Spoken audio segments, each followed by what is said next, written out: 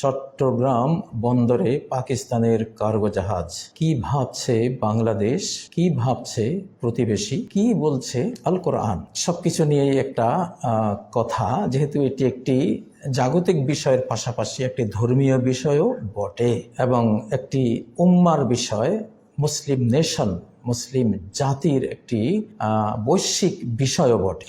যেহেতু আল্লাহ তাআলা সূরা আল মুমিনুনের মধ্যে বলছেন 52 নম্বর আয়াত, ওয়া ইন্না হাযিহি উম্মাতুকুম উম্মাতান ওয়াহিদা ওয়া আনা রাব্বুকুম ফাত্তাকুন। তোমাদের এই যে জাতি উম্মাহ, মুসলিম উম্মাহ, এটি অবিভাজ্য একটি উম্মাহ, একটি উম্মাহ। ওয়া আনা রাব্বুকুম, আর আমি তোমাদের একমাত্র রব, ফাত্তাকুন, তোমরা আমাকে ভয় করো, আমার কাছে আশা করো। এটি সূরা আল মুমিনুনের 52 নম্বর আয়াত। তাহলে বাংলাদেশ বলুন, পাকিস্তান বলুন, আরব জাহান বলুন, আফ্রিকা বলুন, সুদূর ইউরোপে বলুন, আমেরিকায়ও যদি কোনো মুসলিম থাকে, একেবারে 7 মহাদেশ ব্যাপী যে মুসলিম যেখানেই যে দেশেই থাকুন না কেন, যেই ভৌগোলিক সীমারেখায় থাকুন না কেন, আমরা এটা বিশ্বাস করা ফরজ যে আমরা একটি মাত্র জাতি, একটি নেশন, একটি আদর্শগত, বিশ্বাসগত, চেতনাগত এবং রাজনীতিগত আমরা একটা গ্লোবাল উম্মাহ। এই চেতনা আমাদের ফরজ চেতনা। এই আয়াতটি আবার সূরা আল আম্বিয়ার মধ্যে রয়েছে 92 নম্বর আয়াত, ওয়া ইন্না হাযিহি উম্মাতুকুম উম্মাতান ওয়াহিদা ওয়া আনা রাব্বুকুম ফা'বুদুন। তোমাদের এই যে জাতি, মুসলিম জাতি, একটি মাত্র জাতি, একটি জাতি, অবিভাজ্য জাতি, আর আমি তোমাদের রব, তোমরা আমার ইবাদত করো। প্রিয় বন্ধুরা, তাহলে এখানে এই দুটো আয়াত পেলেন। আমি কোরআনের কথাটাই আগে নিয়ে আসছি যাতে করে আমাদের কথাটা বলতে সুবিধা হয়। সূরা আল আনফালের শুরুতে আল্লাহ বলেছেন যে ফাত্তাকুল্লাহ ওয়া আসলিহু যাতা বাইনিকুম, হে মুমিনরা আল্লাহকে ভয় করো, আল্লাহর কাছে আশা করো। তোমাদের মধ্যে যদি কোনো একটা ঝগড়াঝাটি, একটা বিভেদ, একটা বিসম্বাদ, একটা বিচ্ছিন্নতা, যে কোনো একটা কিছু হয়, তাহলে এটাকে কি করো? ইসলাহ করে নাও, সংশোধন করে নাও। আসলিহু যাতা বাইনিকুম, নিজেদের ভেঙ্গে যাওয়া সম্পর্ক জোড়া দিয়ে নাও, নিজেদের হারিয়ে যাওয়া আন্তরিকতা আবার জড়িয়ে নাও, নিজেদের হারিয়ে যাওয়া সম্পর্ক আবার রচনা করো। এটা ফরজ নির্দেশ আল্লাহ তাআলার। এবং সূরা আল হুজুরাতে যেটা আল্লাহ বলেছেন 10 নম্বর আয়াতে একেবারে কঠিনভাবে বলেছেন, ইন্নামাল মুমিনুনা ইখওয়া। এটা ছাড়া আর কিছুই ভাবার কোনো অবকাশ নেই, যে কিছু চিন্তা করারও কোনো সুযোগ নেই, যে কিছু হওয়ার আর কোনো এখানে চান্স নাই, যে আল মুমিনুনা ইখওয়া, মুমিনরা একটাই সূত্রে আবদ্ধ থাকবে, সেটা হলো ভ্রাতৃত্বের সূত্র।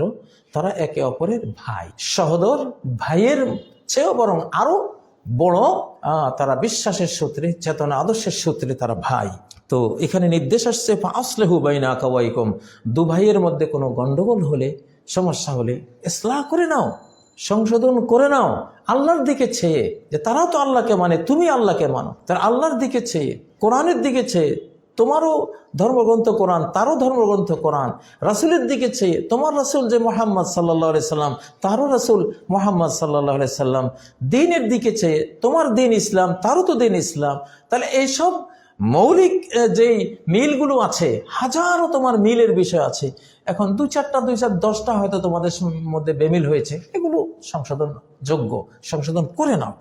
এটি সূরা আল হুজুরাতের 10 নম্বর আয়াত। এই ধরনের আয়াত বহু রয়েছে। এবং সূরা আল আনফালের আল আনফালের 46 নম্বর আয়াতে যেটা বলেছেন, ওয়ালা তানাজাউ ফাতাফশালু, তোমরা ঝগড়াঝাটিতে অব্যাহত থেকো না, ঝগড়া করো না, বা ঝগড়ায় অব্যাহত থেকে যেও না।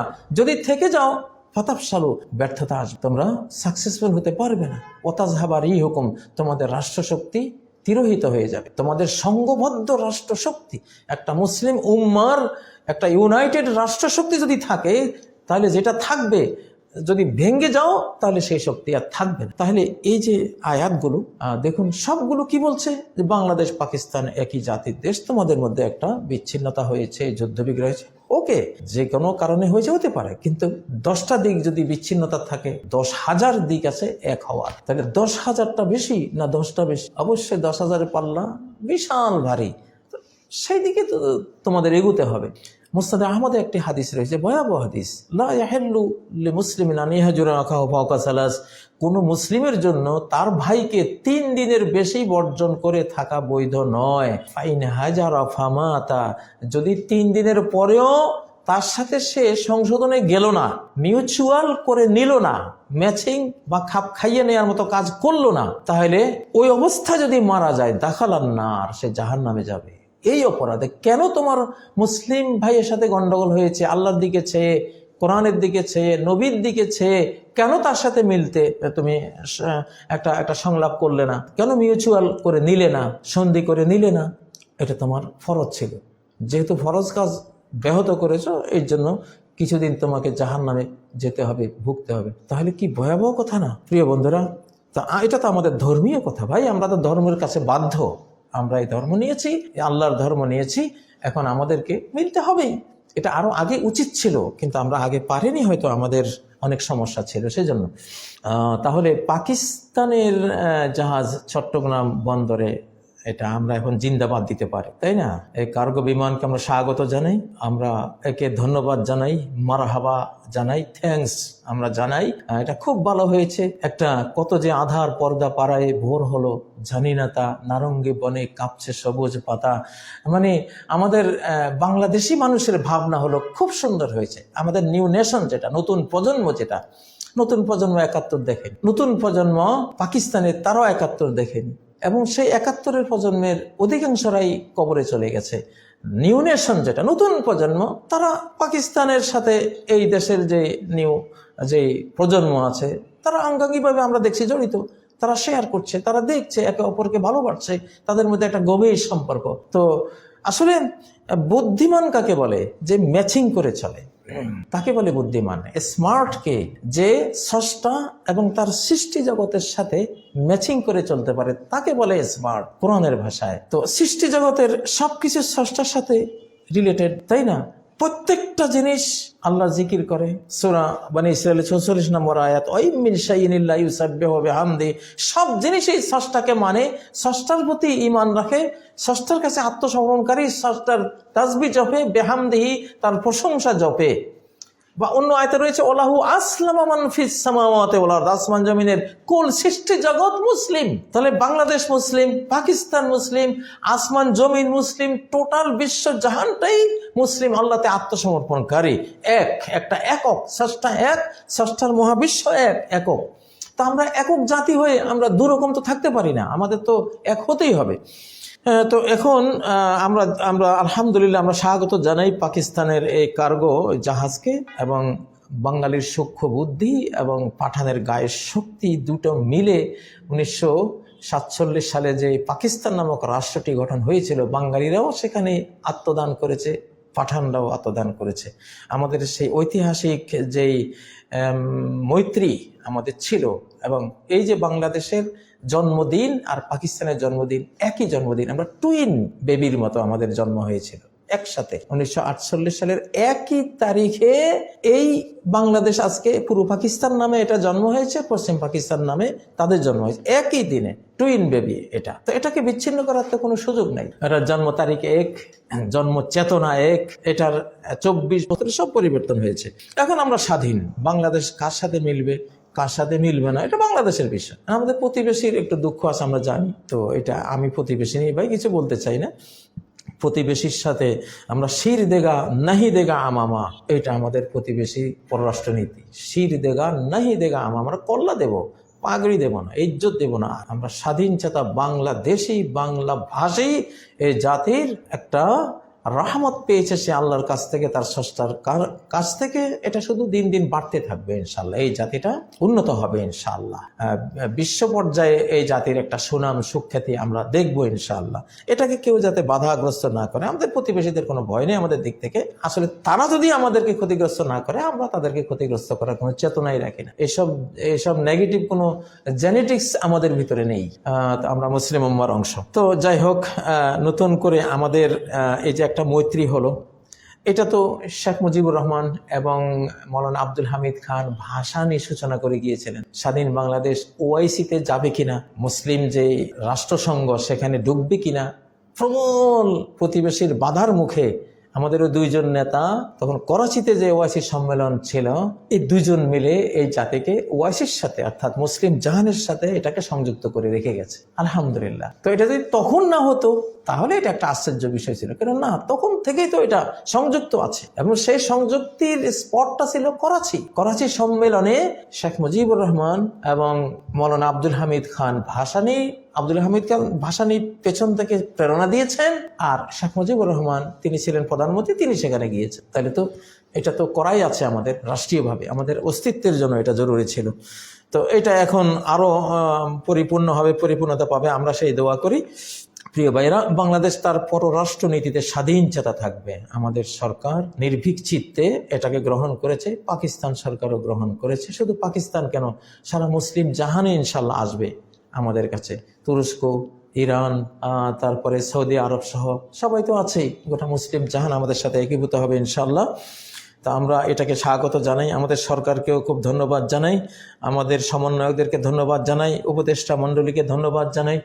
বাংলাদেশের জনগণ যে এটাকে খুব সাদরে গ্রহণ করেছে, এটা আমাদের ইমানি দায়িত্ব ভাই। এটা আমাদের রাষ্ট্রীয় অস্তিত্বের জন্য জরুরি, আমাদের ধর্মীয় অনুভূতির জন্য জরুরি, আমাদের অর্থনৈতিক দিক দিগন্ত, নতুন দিক দিগন্ত উন্মোচিত হোক সেই জন্য জরুরি।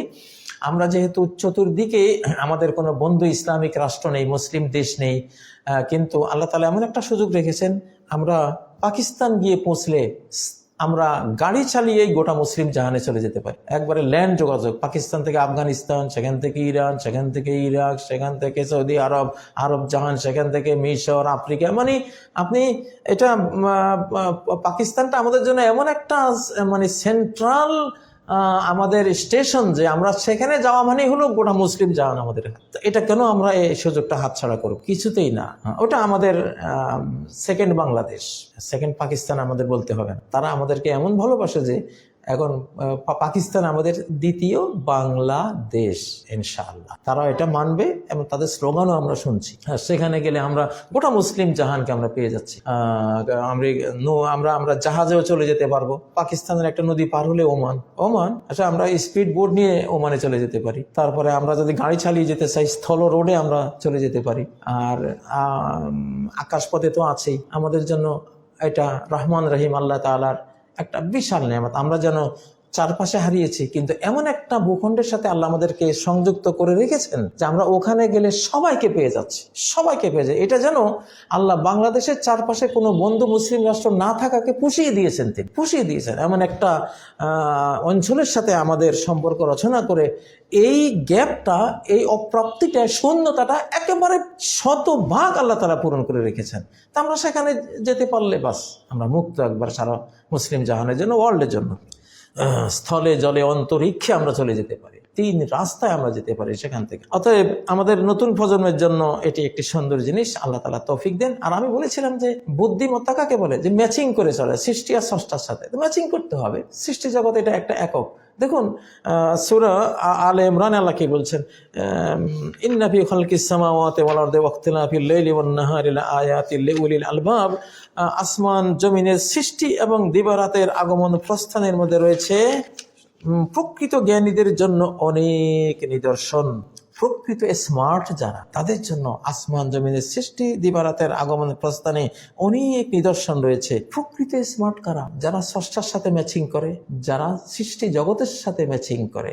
কি দিয়ে ম্যাচিং করে? আল্লাযীনা ইয়াযকুরুনাল্লাহা কিয়ামান, যারা আল্লাহকে স্মরণ করে দাঁড়িয়ে, ওয়া কুউদান বসে, ওয়া আলা জুনুবিহিম শায়িত অবস্থায়, ওয়া ইয়াতাফাক্কারুনা ফি খালকিস সামাওয়াতি ওয়াল আরদি, আসমান জমিনের সৃষ্টি নিয়ে যারা চিন্তা ফিকির করে। তো এই যে একটা মানে বুদ্ধিমত্তা কাকে বলে, ম্যাচিং করা। আপনি এখন পৃথিবীটা যাবে, এখনকার বাংলাদেশি জেনারেশনকে এই যুগের সাথে ম্যাচিং করে আগাতে হবে। এই যুগটা কি? এটা শেষ যুগ। শেষ যুগটা কি? ইমাম মাহাদির যুগ। ইমাম মাহাদির যুগটা কি? টোটাল মুসলিম জাহান এক হয়ে যাবে, কোনো সীমারেখা থাকবে না। বরং তার চেয়ে আরো বেশি খ্রিস্টান জাতি তারা মুসলিম হয়ে যাবে, অচিরে তারা মুসলিম হয়ে যাবে। সকল খ্রিস্টান, একজনও বাদ থাকবে না। যখন ঈসা আলাইহিস সালামকে দেখবে যে তারা, যে ঈসা আলাইহিস সালাম পৃথিবীতে চলে আসছেন, ঈসা আলাইহিস সালাম, তারা তো হযরত ঈসা আলাইহিস সালামের উম্মত। তো ঈসা আলাইহিস সালাম যখন আকাশ থেকে আসবেন, ওনাকে দেখে আজকে যে আমেরিকা, আজকে যে ইউরোপ, আজকে যে সারা ওয়ার্ল্ডে খ্রিস্টানরা আছে, সবাই তারা মুসলিম হয়ে যাবে। ভাই, ইসলাম কোনো মুসলিমের ধর্মের নাম না। এখানে একটা মারাত্মক ভুল হয়। আমাদের অমুসলিম বন্ধুরা বা আমরা মুসলিমরাও অনেকটা ভুল করি যে ইসলাম মুসলিমের ধর্মের নাম না। ইন্নাদ-দীনা ইনদাল্লাহিল ইসলাম, ইসলাম আল্লাহর দ্বীনের নাম, ইসলাম আর কারো দ্বীনের নাম না, ইসলাম আল্লাহর দ্বীনের নাম। আল্লাহ যেমন সবার, ইসলামও সবার। ইসলাম হিন্দুদেরও ধর্ম, প্রকৃত ধর্ম। ইসলাম খ্রিস্টানদেরও ধর্ম, ইসলাম ইহুদিদেরও ধর্ম। সকল নবী ইসলাম প্রচারক ছিলেন। মুসা আলাইহিস সালাম ইহুদিদের নবী, তিনি ইহুদি ধর্ম প্রচার করেননি, ইসলাম ধর্ম প্রচার করেছেন। কারণ কোরআনে আছে ওনার ব্যাপারে, উমিরতু আন আকুনা মিনাল মুসলিমিন, আমাকে আদেশ দেওয়া হয়েছে মুসলিম হওয়ার জন্য। ঈসা আলাইহিস সালাম ইসলাম ধর্মের প্রচারক ছিলেন।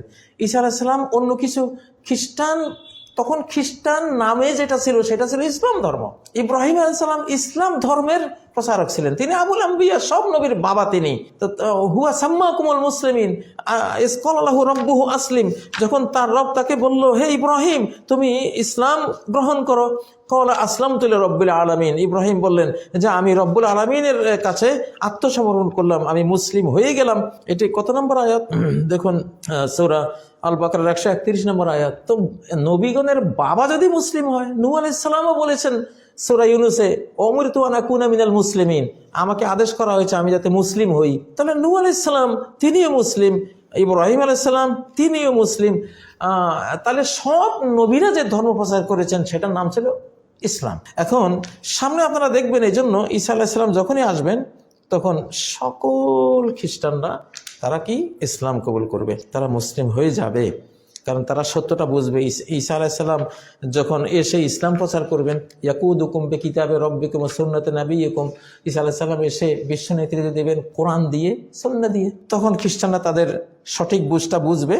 দেখুন এটি আল্লাহ তাআলা সূরা আন-নিসার 159 নম্বর আয়াতে ইনফরমেশনের প্রেডিকশনটা দিয়ে রেখেছেন, ওয়া ইম মিন আহলিল কিতাবি ইল্লা লা ইউমিনান্না বিহি ক্বাবলা মাউতি, এমন একজনও আহলুল কিতাব, কিতাবধারী ইহুদি খ্রিস্টান থাকবে না, ইল্লা লা ইউমিনান্না বিহি ক্বাবলা মাউতিহি, যে হযরত ঈসা আলাইহিস সালাম পৃথিবীতে দ্বিতীয়বার এসে মৃত্যুর আগে ইসলাম কবুল করবে না, এরকম একজন ইহুদি খ্রিস্টানও থাকবে না পৃথিবীতে। সকল ইহুদি খ্রিস্টান ইসলাম কবুল করে ফেলবে। ইহুদি জাতিটা অবশ্য শেষ হয়ে যাবে, তাদের সংখ্যাটা এমনি কম, তারা একটা দাজ্জালের সাথী হয়ে তারা শেষ হয়ে যাবে, থাকবে খ্রিস্টানরা। সকল খ্রিস্টান আমেরিকা, ইউরোপ, অস্ট্রেলিয়া, রাশিয়া, যেখানে যারা আছে সবাই বুঝবে যে না, আমরা তো ভুল বুঝতাম ইসলাম মুসলিমদের ধর্ম, রেডিক্যাল ইসলাম বলে আমরা গালি দিতাম। কিসের রেডিক্যাল ভাই? ইসলামের আগে পরে কোনো নাম নাই, ইসলামে ইসলামে আপনি রেডিক্যাল কেন দিলেন? আল্লাহ বলছেন ইন্নাদ-দীনা ইনদাল্লাহিল ইসলাম, সূরা আলে ইমরানের 119 নম্বর আয়াত, সূরা আলে ইমরান 19 নম্বর আয়াত, ইন্নাদ-দীনা ইনদাল্লাহি আল ইসলাম, ইসলাম হলো ইসলাম ধর্মের নাম। রেডিক্যাল বা এইটা সেইটা কোনটা মডারেট ইসলাম, এই মডারেট আপনারা নাম দিতে কইছে কি? আপনি যদি এখন আমার নাম হলো ইব্রাহিম, আপনি যদি মডারেট ইব্রাহিম বলে সেটা আপনি দিয়েছেন, এটা আপনি অন্যায় করেছেন। আমার নামের লগতে মডারেট নেই ভাই। এখন ইসলামের আগে পরে তো কোনো কিছু নেই, সারা কোরআনে শুধু ইসলাম নাম, একটা একক নাম, ইন্নাদ-দীনা ইনদাল্লাহিল ইসলাম ওয়া হুয়া ইউদআ ইলাল ইসলাম, শুধু ইসলাম, এটা বলবেন। তো যাই হোক, এখন এই আয়াত আল্লাহ কি বলছেন? সকল আহলুল কিতাব ঈসা আলাইহিস সালামের মৃত্যুর আগে ইসলাম কবুল করবে। সেই দেখুন না, অপেক্ষা করুন না, স্থান কাল পাত্র যখন সংগঠিত হবে তখন দেখবেন। তাহলে আসলে যেটা বলতে চাই, আপনি এই যুগের সাথে বাংলাদেশকে ম্যাচিং করতে হবে। সামনে গোটা মুসলিম জাহান এক হয়ে যাবে এবং গোটা পৃথিবীটাই ইসলামে চলে আসবে। তাহলে আপনি বিচ্ছিন্ন থাকবেন কেন ভাই? আপনাকে অবশ্যই পাকিস্তানের সাথে মিলতে হবে, আপনাকে আরো যত মুসলিম দেশ আছে সবার সাথে মিলতে হবে, এবং আমেরিকান তারাও যেদিন ইসলাম কবুল করবেন তাদের সাথে আমাদের বন্ধুত্ব, ভ্রাতৃত্ব, সহমর্মিতা একরকম হয়ে যাবে। ইউরোপ যখন ইসলাম কবুল করে ফেলবে তাদের সাথে আমাদের একই বন্ধন হয়ে যাবে। রাশিয়া ওখান থেকে যখন তারা ইসলাম কবুল করবে তো সবাই, যেহেতু কোরআনে আছে তারাই করবে। ইসলাম তো আমাদের ধর্মের নাম না, দীনুল্লাহ, ওয়ারাআইতান নাসা ইয়াদখুলুনা ফি দীনিল্লাহি আফওয়াজা, মানুষকে যখন দেখবে মানুষ দলে দলে আল্লাহর দ্বীনে ঢুকছে, তো এটা আল্লাহর দ্বীন। আপনারা ভুল বলবেন না যে ইসলাম মুসলিমের ধর্ম বা ইসলাম অমুকের ধর্ম, না, ইসলাম সমস্ত নবীর প্রচার করা দিন, ইসলাম আল্লাহর দিন, ইসলাম আকাশের দিন, জমিনের দিন, কুল মাখলুকাতের দিনের নাম হলো ইসলাম। তো সেই ইসলাম আসছে, এই জন্য বাংলাদেশকে এই যুগের সাথে ম্যাচিং করে চলতে হবে। এই যুগটা আমাদের মুসলিম উম্মার দ্বিতীয় বিশ্বায়ন হবে, ইসলামের দ্বিতীয় বিশ্বায়ন হবে, আল্লাহর দ্বীনের দ্বিতীয় বিশ্বায়ন হবে। এই বিশ্বায়নে 7 মহাদেশ চলে আসবে। হিন্দু ধর্মের বন্ধুরা তারাও দেখবেন তারা বুঝবে না আমার ধর্মের, আমার বাপ দাদা, আমার নবীদের ধর্ম তো ইসলামই ছিল, তাহলে তো আমি ইসলাম নেব। আমি ইসলাম নেওয়ার অর্থ এই না যে বাংলাদেশের মানুষদের দিন নিলাম না, আমি আকাশের দিনটা নিলাম, যেটা আমার স্রষ্টার দিন, আমি সেটা নিলাম। এটা তো মুসলিমের দিন নিলাম, এটা তো নয়, মোটেও না। কোরআনে কোথাও নয় যে এটা মুসলিমদের ধর্ম। ইসলামটা মুসলিমদের দিনের নাম, মুসলিমরা এটা পালন করে, এই জন্য এটার নাম হয়েছে ইসলাম। না, কোথাও না এটা আল কোরআনে, হাদিসেও না। এটা হলো আল্লাহ যেমন সবার, আল্লাহর দিনের সবার। অতএব বাংলাদেশকে ম্যাচিংটা করতে হবে মুসলিম দেশগুলোর সাথেও, এবং যারা আগামী দিনে মুসলিম হয়ে যাবে গোটা পৃথিবীর বিভিন্ন দেশ, তাদের সাথে আমরা ম্যাচিং করব, আমাদের মিল হবে, আমাদের কার্গো যাবে, তাদের কার্গো আসবে, তাদের সাথে আমাদের সেতু বন্ধন তৈরি হবে, ব্যবসা বাণিজ্য হবে, ধর্মীয় ভাব আদান প্রদান হবে, সবার সাথে আমরা মিলে যাব ইনশাল্লাহ। এমনকি ভারতও যখন তারা ম্যাচিং করবে বা তারা যখন শান্তি চাইবে, তারা তাদের ধর্মে থেকেও শান্তি চাইবে আমাদের সাথে, আমরাও শান্তি তো চাই, কোনো সমস্যা নেই। অতএব পাকিস্তানের কার্গো বাংলাদেশের চট্টগ্রাম বন্দরে আসার কারণে আমাদের প্রতিবেশীর কোনো দুশ্চিন্তা যদি থাকে, তাহলে আমরা বুঝবো এখানে কোনো দাল মে কুছ কালা হয়, তাই না? এটা খুশির খবর, ব্যবসা বাণিজ্য বাড়ছে, আপনিও ব্যবসা বাণিজ্য করেন, বাড়ান। এখানে আমাদের সম্মিলনে আপনার তো কোনো দুঃখের কারণ নেই ভাই। তো আল্লাহ তাআলা আপনাকেও বোঝার তৌফিক দেন, আমাদেরকে বোঝার তৌফিক দেন। সুবহানাকাল্লাহুম্মা ওয়া বিহামদিকা আশহাদু আল্লা ইলাহা ইল্লা আনতা আস্তাগফিরুকা ওয়া আতুবু ইলাইক। আসসালামু আলাইকুম ওয়া রাহমাতুল্লাহি ওয়া বারাকাতুহু।